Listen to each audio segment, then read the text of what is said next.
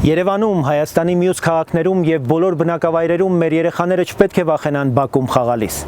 Դպրոց գնալը, կանգառում սպասելը, երեկոյան տուն վերադառնալը չպետք է վտանգավոր լինի։ Նախորդին Երևանում հնչած կրակոցների հետևանքով մեկ մարդ է զոհվել կամ վիրավորներ։ Սա ահազանգ է, սա մի իրավիճակ է, երբ ծնողը մի պահ մտածում է, իսկ իմ երեխան անվտանգ ու ապահով է։ Հայաստանի որևէ բնակավայրում չի կարող օրենքի տեղը զենքը զբաղեցնել։ Երբ հանցագործը չի վախենում պատժից, նա կրակում է քաղաքի կենտրոնում։ Երբ մարդը չի վստահում դատարանին, հարցերը լուծում է ուժով։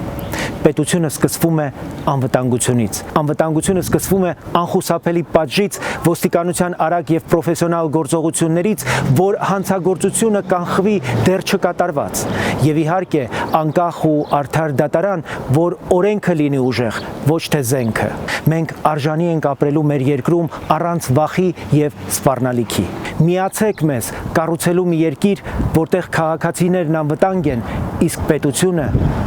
ներկա։